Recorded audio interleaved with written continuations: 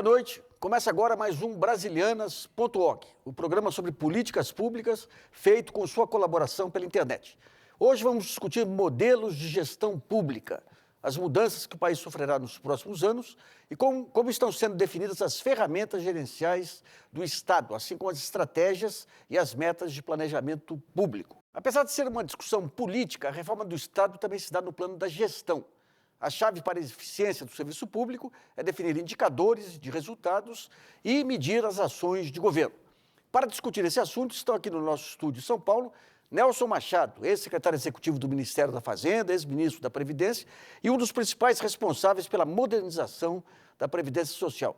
E o ex-ministro Luiz Carlos Bresser Pereira, que teve um papel central na reformulação e na modernização dos conceitos de gestão pública nos anos 90. Contamos também com a colaboração da nossa repórter Ana Luísa Médici. Pensar o Estado a partir da gestão, definir metas, indicadores e divulgação dos bons e maus resultados. Tudo isso faz parte da nova etapa do planejamento público. Nesse primeiro bloco, nós vamos falar sobre os principais desafios do atual modelo gerencial e o que é preciso fazer para consolidar esse modelo. Oitava maior economia do mundo. Quase 1 trilhão e 300 milhões de reais circulam pelo governo federal, estados e municípios por ano. Mais de 2 milhões e meio de funcionários públicos. 26 estados mais o Distrito Federal. Estamos falando do Brasil. Para administrar um país desse tamanho e complexidade, é preciso, acima de tudo, se ter um bom modelo de gestão. Acho que é fundamental a gestão pública porque ela é o instrumento para melhorar as políticas públicas. Só teremos melhores hospitais se tivermos melhor gestão pública. Só teremos melhor educação se tivermos gestão pública. Não basta boa vontade, boas ideias, gente abnegada, porque em sociedades e organizações complexas, os meios fazem diferença para alcançar os fins. A administração pública no Brasil vem se modernizando. Hoje, o modelo gerencial está cada vez mais consolidado. A reforma do aparelho do Estado passa a ser orientada pelos valores da eficiência e qualidade na prestação de serviços públicos. A ferramenta gerencial é aquela que permite um acompanhamento, até em tempo real. Tempo real, existe uma decisão de investimento, por exemplo, é preciso acompanhar, saber o que é que está acontecendo, qual é o progresso da implementação da decisão. O bem-estar do cidadão é o reflexo de uma boa administração pública. Por isso, os indicadores sociais e econômicos, como o mercado de trabalho, mortalidade infantil, educação, entre outros, cumprem um papel fundamental no planejamento da gestão de um país. Os indicadores são importantes porque eles tornam os gestores públicos capazes, de fato, de acompanhar as políticas públicas. Sem indicadores, os gestores públicos, mesmo com muita boa vontade, não sabem exatamente quais os efeitos de suas ações. Segundo, os indicadores são importantes para os cidadãos acompanharem as políticas públicas, porque é a pressão da sociedade que faz com que a gestão pública tenha que constantemente melhorar. Além dos indicadores, a parceria público-privada também ajuda a aprimorar ainda mais a administração do país. Para isso, a presidenta Dilma Rousseff lançou em maio desse ano a Câmara de Políticas de Gestão, Desempenho e Competitividade. As condições de gestão dos seus estados e também as questões de desempenho e competitividade. Para o presidente da Câmara de Gestão, empresário Jorge Gerdau, o país precisa evoluir na gestão para se tornar mais competitivo. Um tema que eu acho que é a gestão no sentido de aprimorar custos e receitas, tá certo? E qualidade de serviço. E a segunda é um tema mais complexo, de que é ajustar, modernizar o país na sua estrutura gerencial como um todo, que isso é um processo, vamos dizer, de mais longo prazo. Para Gerdau, uma boa gestão ajuda também na transparência das ações do governo. Processos transparentes, bem desenhados e analisados, reduzem ou minimizam a possibilidade da corrupção. Para a ministra do Planejamento, além da transparência, uma boa administração pública evita desperdícios. Nós estamos criando a Câmara, porque esta é uma prioridade da presidenta. Então, melhorar e fazer mais com menos. Bom, para iniciar a nossa conversa aqui, eu queria ver com o ex-ministro Bresser Pereira que historiasse um pouco os conceitos e aquelas mudanças implementadas aí no seu tempo de ministro de gestão, para a gente poder situar em que pé que nós estamos hoje. Aquela reforma, eu chamo de a reforma gerencial de 95. Quer dizer, e o meu entendimento é que essa reforma, eu estava começando ali a segunda reforma administrativa do Estado moderno, no Brasil. Quer dizer, uma reforma que os ingleses haviam começado 8 anos antes, a partir de 1987, mais ou menos. Por que segunda reforma? Isso é muito importante. É porque o Estado moderno, ele começa o Estado patrimonialista, lá, enquanto do ponto de vista político era o Estado absoluto, do ponto de vista administrativo era o Estado patrimonialista, onde havia uma perfeita confusão entre o público e o privado. E aí, então, no século XIX, vai acontecer na França, na Alemanha, na Inglaterra, nos Estados Unidos, a reforma burocrática, que é a primeira grande reforma. No Brasil, ela vai acontecer em 1937, Com o DASP. Com o DASP. Quer dizer, e aí, então, se cria o serviço público profissional e todas aquelas características fundamentais da administração pública burocrática que Max Weber depois descreveu classicamente. Agora, esse Estado, que foi feito, quer dizer, essa reforma era uma reforma para um pequeno Estado liberal.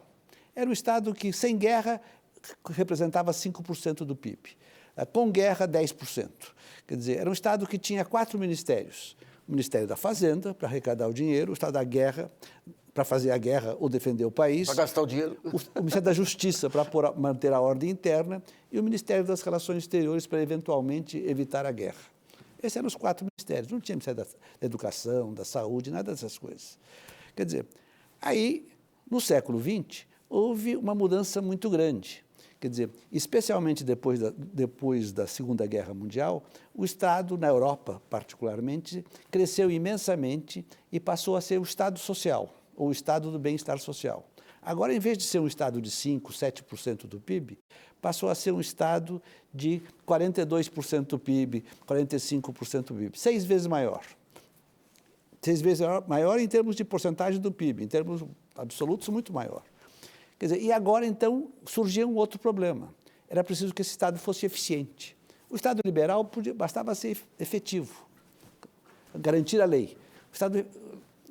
Esse grande Estado que presta educação, saúde, etc., precisava ser eficiente. E aí, então, é que surge a reforma gerencial. Quer dizer, e essa reforma gerencial é uma reforma fundamentalmente para viabilizar, para legitimar o Estado social. Não há dúvida nenhuma que é preciso e fundamental tornar mais eficiente esses grandes serviços do Estado. E esse é o desafio, esse é o grande problema que a administração gerencial, a reforma gerencial, vem contribuindo. Nelson, você também como homem do setor público e tudo, como que você viu, digamos, internamente, dentro da máquina pública, a introdução desses novos conceitos? Em que mudou a noção de serviço público prestado à população? Como o professor Bresser acabou de colocar, a partir da década de 90, final de 80, começo de 90, nós temos aí o novo gerencialismo que começa a intervir no país, em função também do trabalho que o professor fez no Ministério da Gestão. Eu queria destacar aí um aspecto que eu considero relevante, que foi a Emenda Constitucional 19, de 98, que colocou como um dos princípios da administração pública, que antes nós só tínhamos a legalidade, moralidade, a transparência e tal, publicidade, e foi colocado, então, o princípio da eficiência. Então, isso é muito relevante porque passa a ser um princípio da administração pública a busca da eficiência.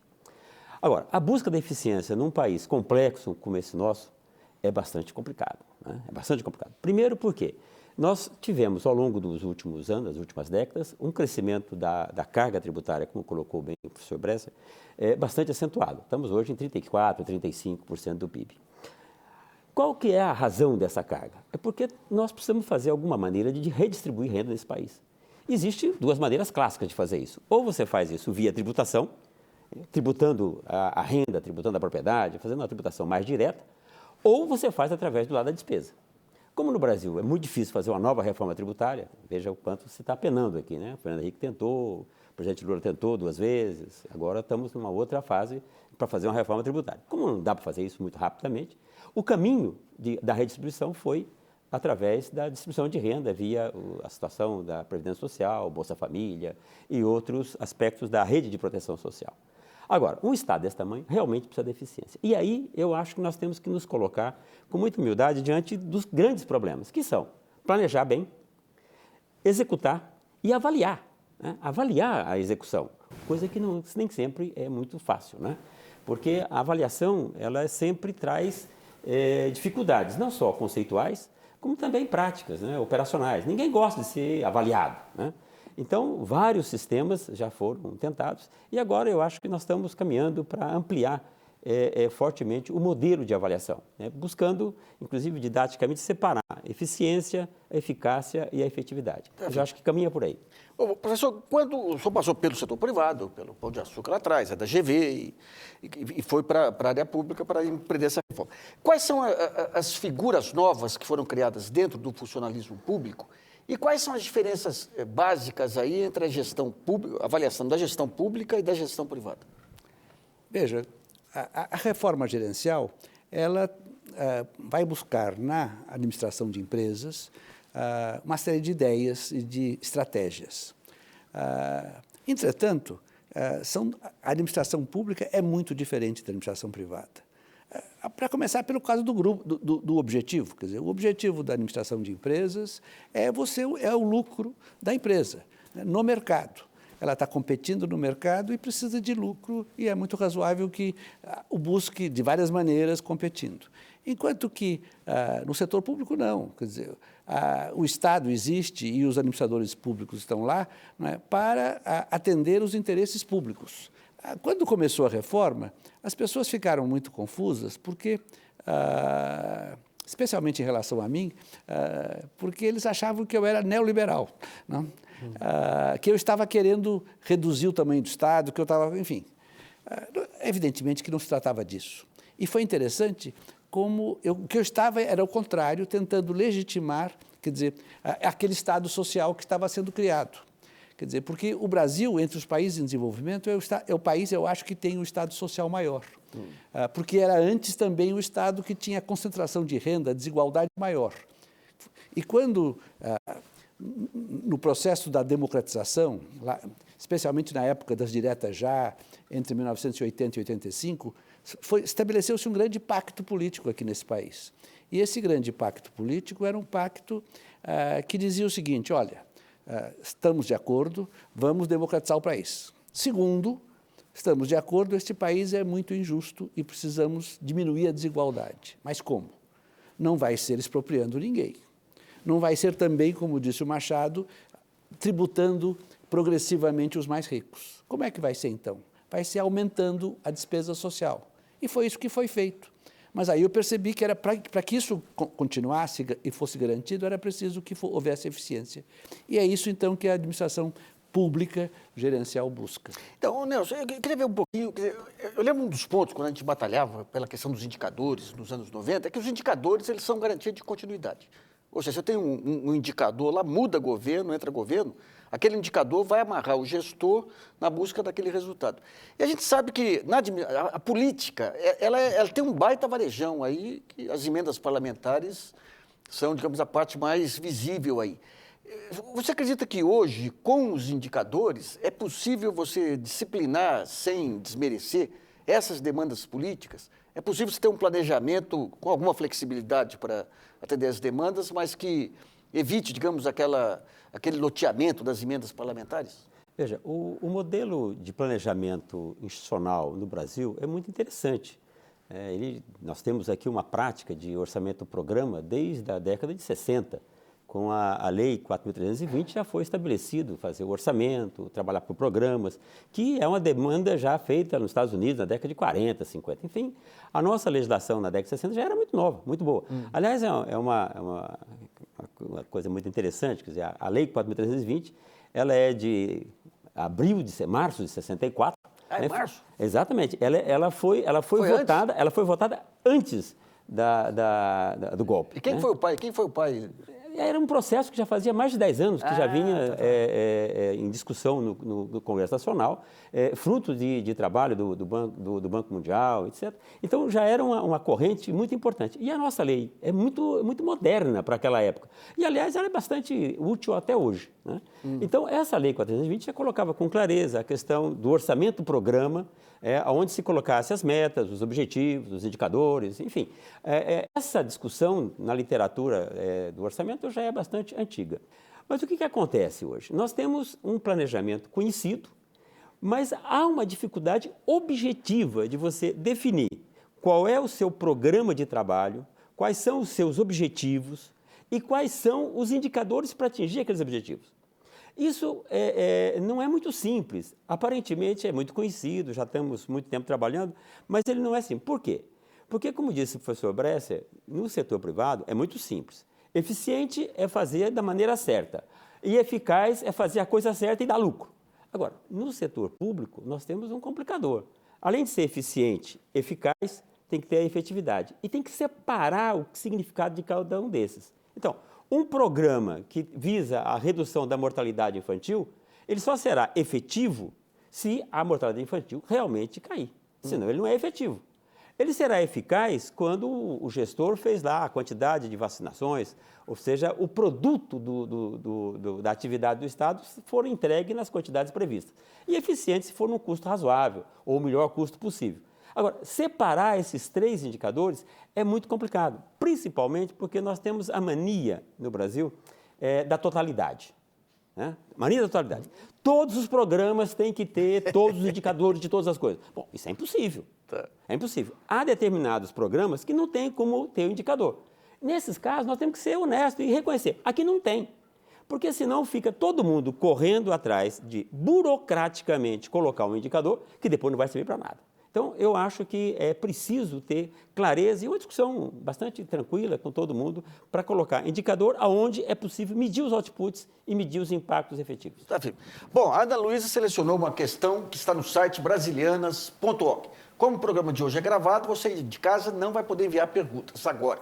Ana. Foi criada a Câmara de Políticas de Gestão, Desempenho e Competitividade, vinculada ao Conselho de Governo da Presidência da República. A Câmara é formada por empresários e ministros e vai assessorar o governo na gestão pública. O que significa a criação desse instrumento e como esta Câmara vai poder ajudar na administração pública? Eu queria aproveitar e emendar perguntas sobre o Conselho de Reforma do Estado que foi criado pelo ministro Bresser. Aliás, me convidou na época, eu não pude aceitar. E saber qual que é o resultado efetivo desse tipo de assessoria.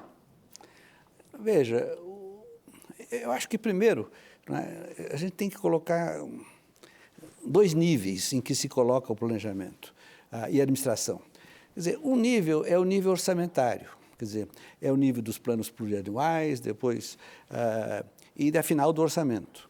Quer dizer, e embora a lei brasileira seja boa, e depois essa lei foi inclusive incluída na Constituição de 88, né, e lá há bons princípios, o fato concreto é que o orçamento no Brasil continua a não ser uma coisa séria. Não é uma coisa séria porque se trata de um orçamento que é meramente autorizativo.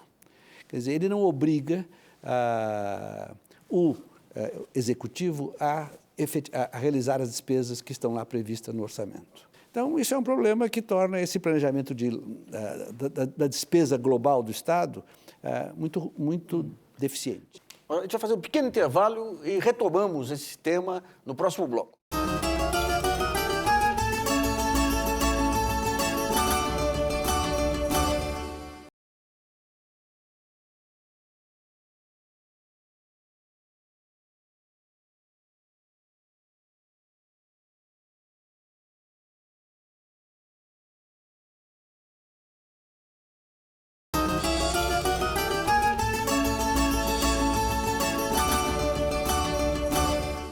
Voltamos com o Brasilianas.org, que hoje discute modelos de gestão pública.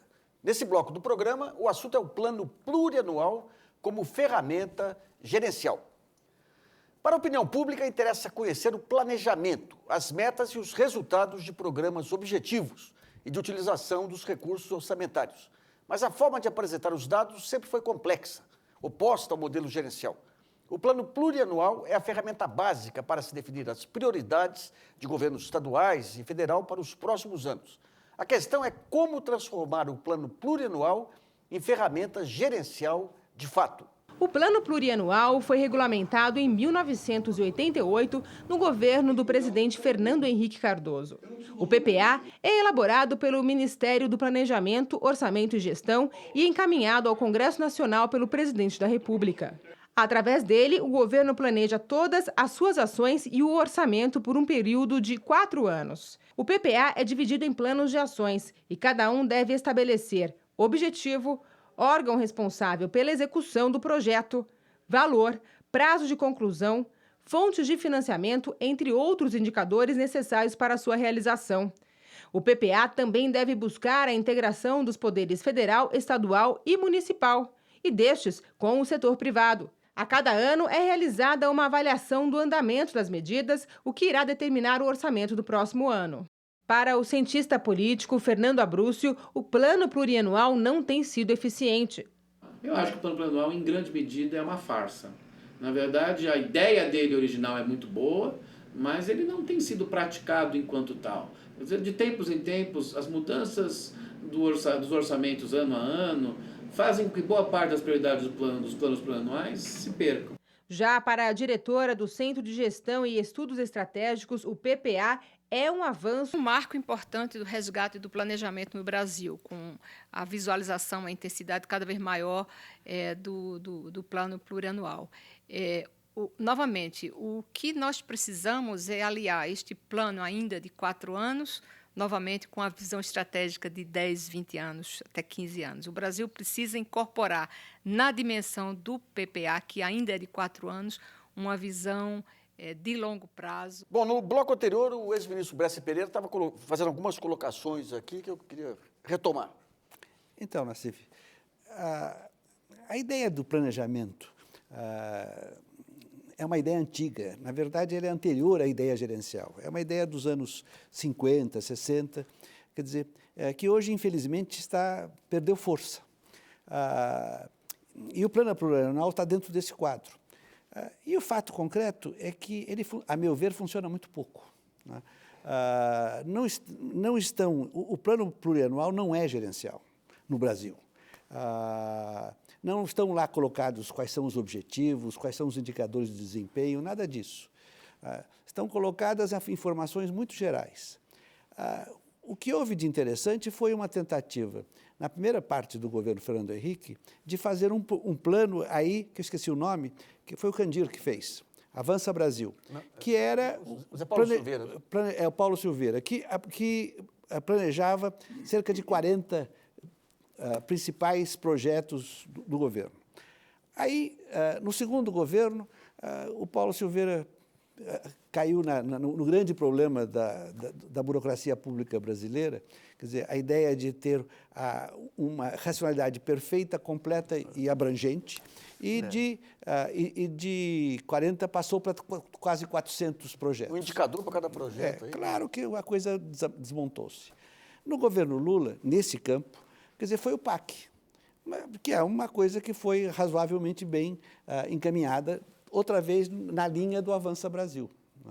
Quer dizer, eu acho que, nesse campo, o que o governo pode fazer é isso que está fazendo nessa área, nesse campo de planejamento geral. Agora, a reforma que eu introduzi, ela estava num outro nível. Estava no nível das organizações do Estado. Agora, você pode imaginar que o Estado brasileiro é uma organização, mas tem muitas outras, tem suborganizações, o IBAMA, o IMETRO, enfim, uma quantidade enorme de departamentos e organizações. E a questão era como tornar mais eficiente essas organizações. E aí, então, havia uma ideia fundamental, que é a ideia de você passar a ter o controle dessas entidades, não na forma clássica, que era supervisão cerrada, regulamentos rígidos e auditoria, diminuir isso, dar mais autonomia aos administradores, definir objetivos e dar autonomia para eles atingirem esses objetivos. E depois controlar, não só pelos resultados obtidos numericamente, mas também controlar pela sociedade através de mecanismos de responsabilização social. Então, essa mudança, isso era o cerne da reforma. E foi essa ideia que, digamos, tomou o coração e as mentes das pessoas. Porque ela estava muito ligada, quer dizer, a ideias da administração pública, da administração privada, mas tinha um elemento público muito forte, né? Que era a responsabilização social daqueles gestores.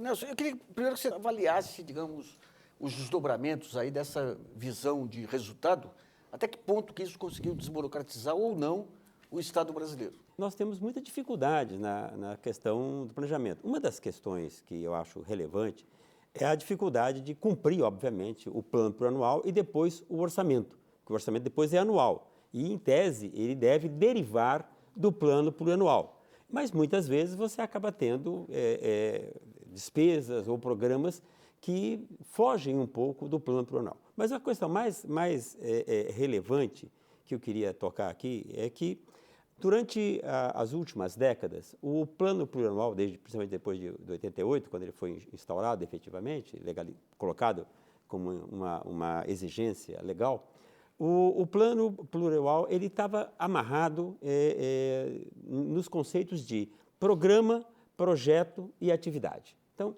esses três elementos são partes constitutivas do conjunto do plano plurianual e também do orçamento. E nós tínhamos uma dificuldade, isso é nacional, todas as esferas de governo, de uma excessiva proliferação de programas. Porque o gestor, ele acaba tendo a noção de que, se ele dirige um departamento, se ele dirige um órgão, se ele tiver um programa de governo, um programa de trabalho, um programa colocado no orçamento, ele terá garantido o seu recurso. Essa é a expectativa dele. Portanto, você, em alguns momentos, acaba tendo um conjunto de programas que, na realidade, não significam uma perspectiva de resolver um problema ou resolver uma situação que estava colocada no plano de governo. Então, há uma proliferação de programas. Este ano, o Ministério do Planejamento está fazendo uma inovação muito interessante na questão do modelo do plano plurianual. Ela introduziu dois novos conceitos. Introduziu um conceito de macroprogramas e o conceito de objetivos. Então, os macroprogramas não serão mais do que 60, pelo que eu pude ver do noticiário e de algumas informações que eu recebi do Ministério do Planejamento. Então, no máximo 60 macroprogramas. E esses programas terão objetivos. E esses objetivos vão estar muito ligados com o conceito da efetividade. Portanto, o objetivo vai ter que indicar, essa é uma questão interessante, o objetivo vai ter que indicar qual é o indicador geral de impacto na sociedade. Então, o indicador que vai buscar, não na referência da burocracia ou dos produtos que foram feitos, mas, pelo contrário, vai buscar no IBGE, vai buscar nos indicadores de performance da sociedade. Deixa eu entender. Tem um macro programa que é redução da mortalidade infantil. Eu tenho um indicador. Embaixo dele eu coloco todos os programas que têm alguma ligação com aquilo, mas eu coloco um indicador para cada programa. Então, o macro programa ele vai ter objetivos. Vão ter um conjunto. Pode ter 2, 3, 4, 5 objetivos. Agora, cada objetivo desse vai estar associado a um indicador conhecido, já divulgado, mas são indicadores que, no tempo, serão conhecidos e será avaliado a efetividade daqueles objetivos. Mas vamos pegar então, isso é uma novidade interessante. Mas vamos pegar. Tem alguns programas aí, saneamento, ou mesmo saúde, tudo, que o resultado vai aparecer 2, 3, 4 anos depois. Aliás, esse é um dos problemas da administração pública, porque muito gestor quer o resultado imediato, né? Como é que se trabalha essa defasagem? Então, veja, a primeira questão relevante é reconhecer que há um problema aí. Porque até agora poucas pessoas reconheciam, queriam que ao final do período, 2, 3 meses depois para apresentar o balanço para a sociedade, já fosse indicado os resultados de performance. Então, agora se tomou consciência de que os objetivos vão estar associados a indicadores conhecidos, reconhecidos, auditáveis, com série histórica e que, portanto, vai indicar se efetivamente nós tivemos alteração na sociedade, mudança na economia, mudança na distribuição de renda, enfim, que era desejado pelo macroprograma e pelos objetivos. Essa é uma coisa. A outra é que nós continuamos tendo os programas, e esses programas vão ter outro tipo de indicador. Não agora o indicador associado à pesquisa do IBGE ou do impacto na realidade, mas o indicador do produto entregue, daquilo que no jargão nosso nós chamamos de output, aquilo que a administração entregou, a quantidade de processos julgados, a quantidade de despachos que foram feitos, a quantidade de redução de pessoas na fila, enfim, outputs objetivos, tá certo? Então, esse é uma avaliação. E tem ainda um terceiro, que é o sistema de custos, né, que avalia a eficiência do gestor. Se o custo que ele havia previsto para aquela atividade, para aquele programa, para aquele projeto, foi executado realmente dentro daquela perspectiva. Nelson, eu vou explorar mais um pouquinho você sobre essa questão do centro de custo aí, que você trabalhou no final da sua gestão na Fazenda e que é um avanço considerável aí. Como que funciona esse centro de custo? Bem, a questão do sistema de custos, de informação de custos no setor público, é um debate que se arrasta aí há 50 anos, né? A lei que nós mencionamos, a 420, que é de 64, já dizia lá no artigo 85 e 86 que o Estado brasileiro deveria manter a contabilidade, etc., e os custos industriais, né? Porque à época, no mundo industrial, se percebia, se pensava que o setor público também teria custos industriais. O que é o sistema de custos? É uma coisa simples. Primeiro, reconhecer que nós não vamos fazer custo industrial. Segundo, nós não vamos fazer custo para avaliar estoque. Até porque o Estado, o poder público, faz serviço. E serviço não tem estoque. Portanto, nós podemos deixar de lado toda essa parafernália de custo por absorção, rateio, podemos deixar tudo de lado. E nos concentrarmos na visão mais moderna de custo, que é o custeio direto. E aproveitar a profunda articulação que tem entre a contabilidade, né, o nosso sistema de contabilidade é muito potente, a contabilidade do Brasil é muito potente, a contabilidade pública é muito potente, a potencialidade dessa contabilidade com a potencialidade do orçamento. E eles têm um casamento assim perfeito, porque a contabilidade diz quanto é que gastou em cada projeto, em cada atividade, em cada programa, em cada órgão, em cada departamento. Então, transformar o conceito de despesa, que pouca gente consegue entender o que diabo é isso, né? Porque nós temos 4 fases: despesa liquidada, despesa paga, despesa empenhada, despesa prevista, e cada um escolhe para dizer que o governo fez ou não fez ou deixou de fazer.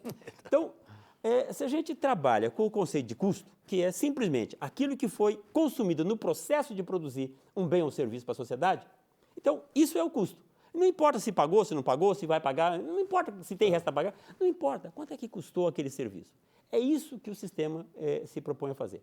E hoje esse sistema está implantado no governo federal, né? Eu fiz a entrega simbólica ao Tribunal de Contas, né? Eles tomaram conhecimento disso, e hoje praticamente todos os ministérios têm um núcleo de custos.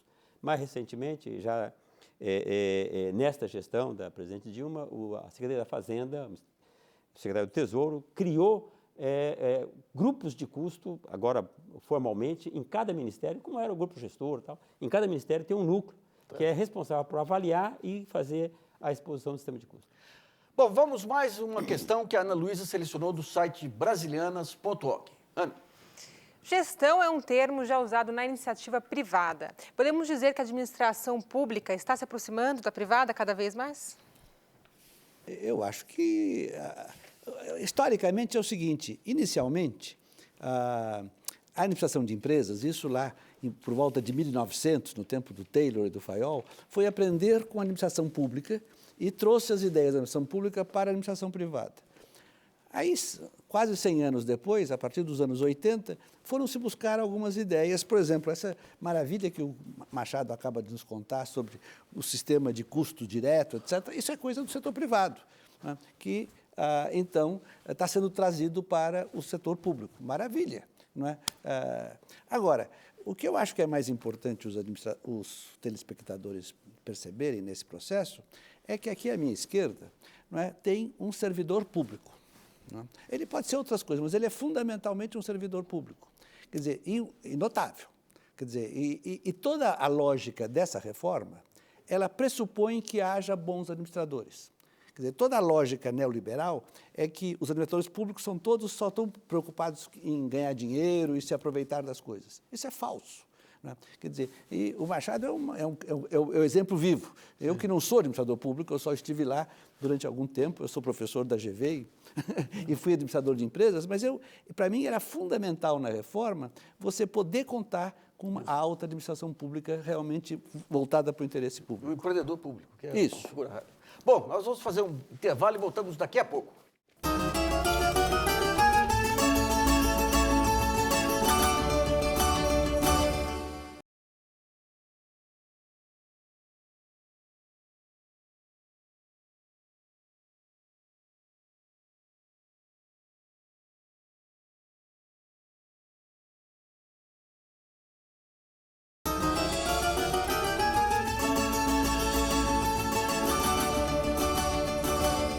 Brasilianas.org está de volta. Estamos discutindo hoje os modelos de gestão pública.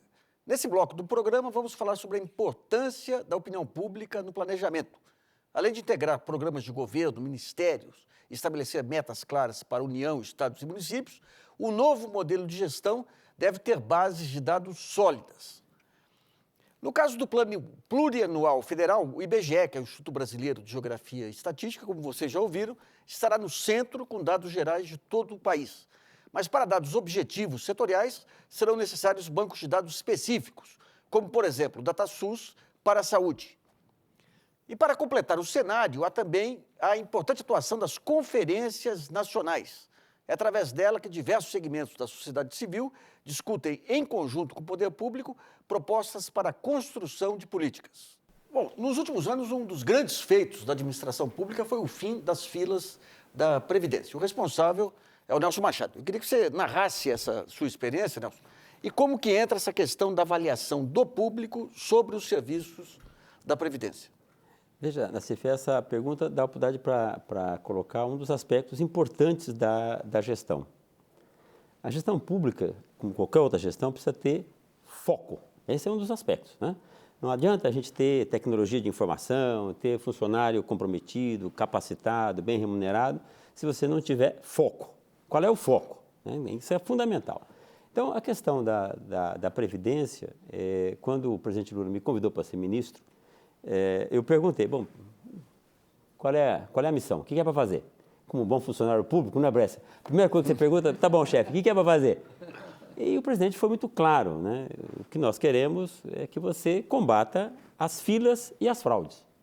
Então, foi uma reunião de meia hora, estava o presidente, eu e à época a ministra Dilma, agora a presidente Dilma, e eu saí dali conversado. Agora a missão era facinha, né?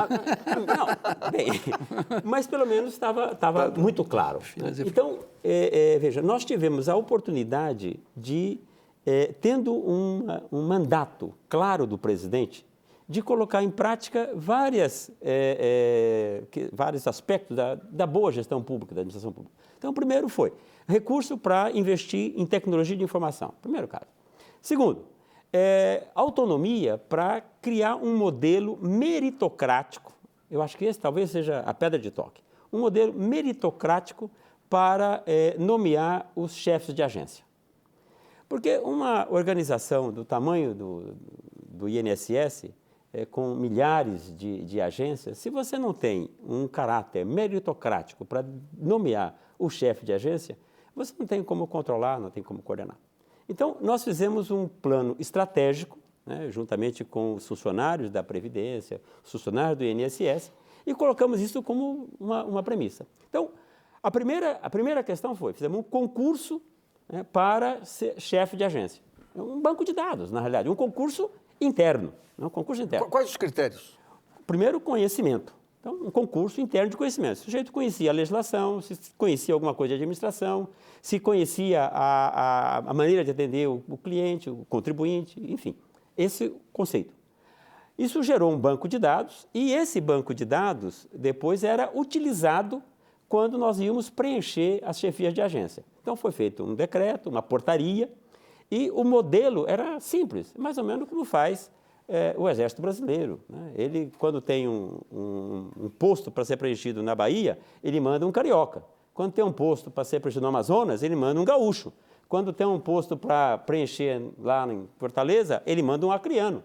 Ou seja, para ter uma organização nacional, você precisa que as pessoas transitem pelo país. Tá. Então, quando a gente abria a possibilidade de preencher uma agência qualquer, a chefia de uma agência, isso era publicado internamente, as pessoas se inscreviam, se escolhiam os melhores colocados, os 20 melhores colocados.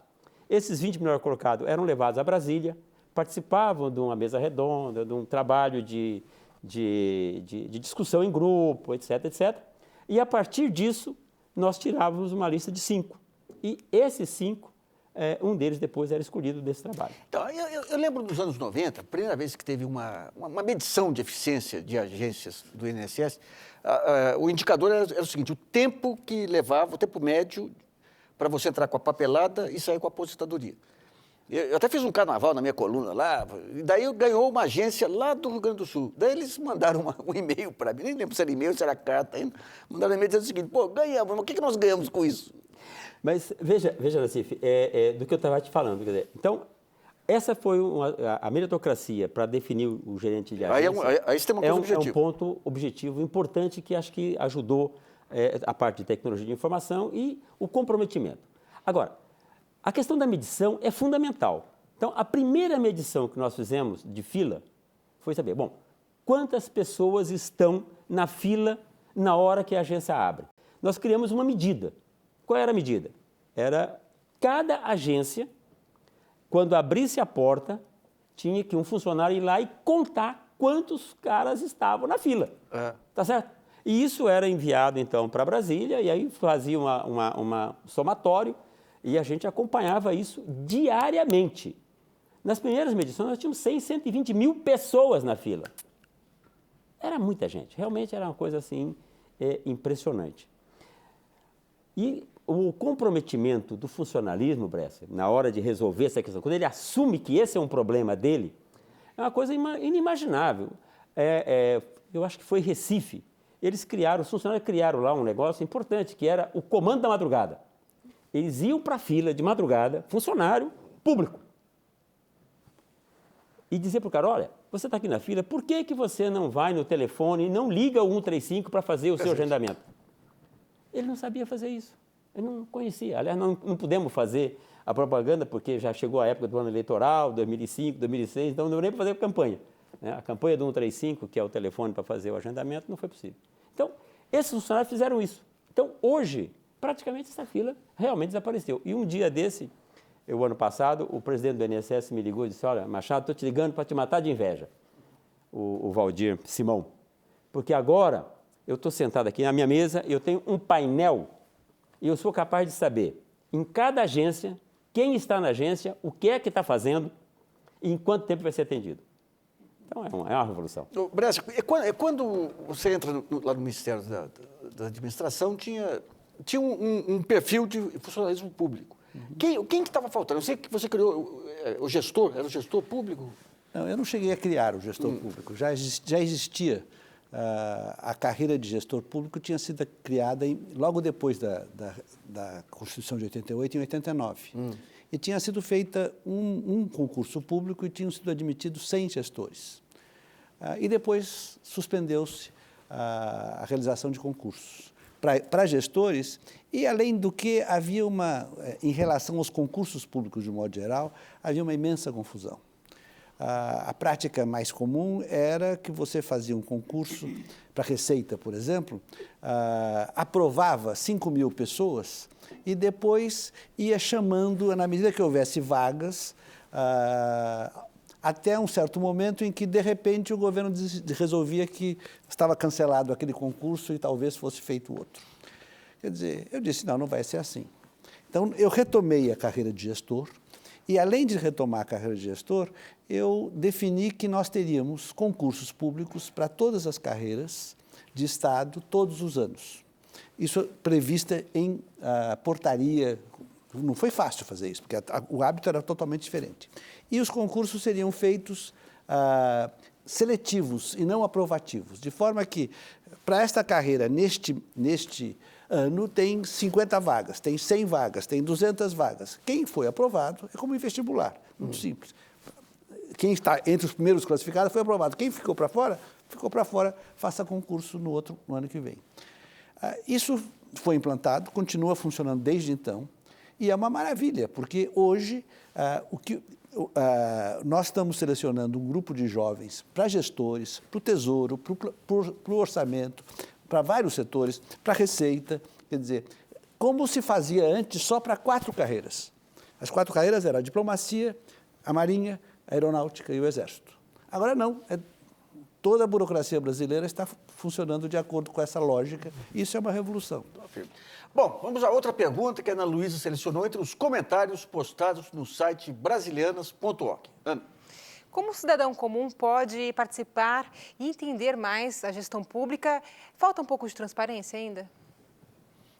Por transparência se entenda dados publicados e dados compreensíveis, né?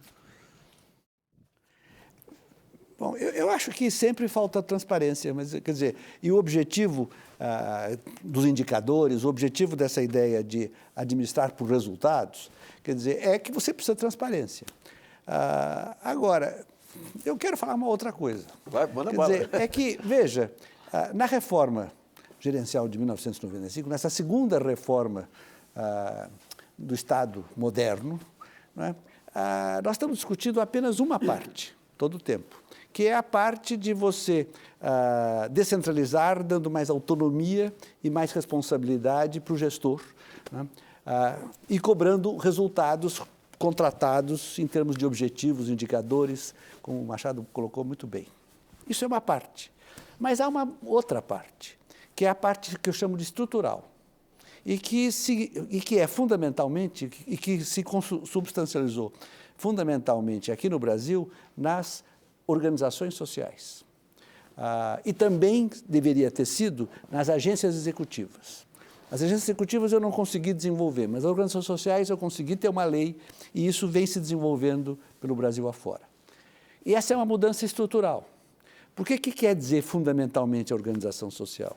Quer dizer o seguinte, quer dizer, ela distingue com clareza o que é atividade exclusiva de Estado, que envolve poder de Estado, e que então fica nos departamentos fundamentais do Estado, e são esses administradores públicos que eu acabei de citar, que vão executar esses trabalhos junto com os políticos. Quer dizer, isso é uma coisa, vão definir as políticas e vão cobrar as políticas e vão cuidar bem dos recursos do Estado. Agora tem a execução. A execução, por exemplo, dos hospitais. Quer dizer, por que um médico, por que uma enfermeira precisa ser servidora pública, né? Quer dizer, qual é a diferença entre o trabalho de um médico num hospital privado e público? Não há. Quer dizer, então, e por outro lado, você pode ter uma eficiência muito maior se você, então, para essas atividades, terceirizar. Mas terceirizar para entidades com objetivos públicos. Então, há 3 tipos de atividades. Tem a estatal, tem a privada e tem o que eu chamei de pública não estatal, sem fins lucrativos, voltada para o interesse público. Quer dizer, e essa ideia, então, e a execução desses serviços deve ser feita principalmente por esse tipo de atividade, porque é muito mais flexível e muito mais eficiente. Sim. A experiência que nós estamos tendo aqui em São Paulo com os hospitais é incrivelmente eficiente, né? Quer dizer, você tem um custo muito menor e um resultado melhor. Quer dizer, e essa é uma coisa que precisa ser incluída dentro da reforma a nível do Brasil inteiro. Embora muitas cidades estão fazendo já isso. Tá vendo? Bom, nós estamos chegando ao final aqui, mas eu queria fazer só uma perguntinha, uma resposta bem rápida. O Nelson, com todas essas novas funções, banco de dados, indicadores e tudo, as funções, as carreiras públicas de Estado, eles dão conta disso ou vão ter que ser criadas novas categorias? Olha, eu creio que as carreiras que nós temos na União, que eu conheço um pouco melhor, eu acho que são suficientes e dão conta, né? Acho que elas dão conta das necessidades. O que eu sinto que talvez ainda falte nós compreendemos a necessidade da meritocracia dentro da administração pública. Porque há um fetiche, né, contra os cargos em comissão, há uma luta contra isso, o Brasil, na América Latina e talvez no mundo, seja um dos países que tem mais concursados públicos do que se tem notícia. Tá? 90%, 95% da burocracia da União e dos estados, que está na Constituição, são de funcionários devidamente concursados. Tá certo? Sobra uma ou outra coisa ali, e eu acho natural que haja na alta administração, que haja profissionais que não sejam concursados. Até porque, quando um partido ganha uma eleição, ele tem um plano de governo e ele tem que ir lá dizer o que é que ele quer fazer. Né? Então, o governo diz o que é que tem que fazer. E o Estado, que aí somos nós, os concursados, né? Diz como é que faz e obedece os princípios da legalidade, da moralidade, da transparência e da eficiência, assim por diante. Então, isso é uma questão fundamental. Então, eu acho que há essa condição. Nós temos carreira para quase tudo. E a visão de ter carreiras mais abrangentes, né, acabar aquilo que o professor Nakano falava assim, acabar as carreirinhas, né? Muita gente ficou brava com ele, mas eu não sou carreirinha. Tal. Então, acabar com as carreirinhas, criar carreiras mais abrangentes, como gestor, como o administrador do Tesouro, enfim, da SOF, da Secretaria de Orçamento. Então, isso dá conta. Agora, implantar a meritocracia para ascender na carreira, eu acho que é fundamental. Esse é o desafio. Esse é o desafio. Brasilianas.org termina aqui. Agradeço a participação de nossos convidados e você que está nos assistindo, participe no site www.brasilianas.org, mandando perguntas, trabalhos e vídeos. Nós voltamos na próxima segunda-feira, às 10 da noite, aqui na TV Brasil. Até lá.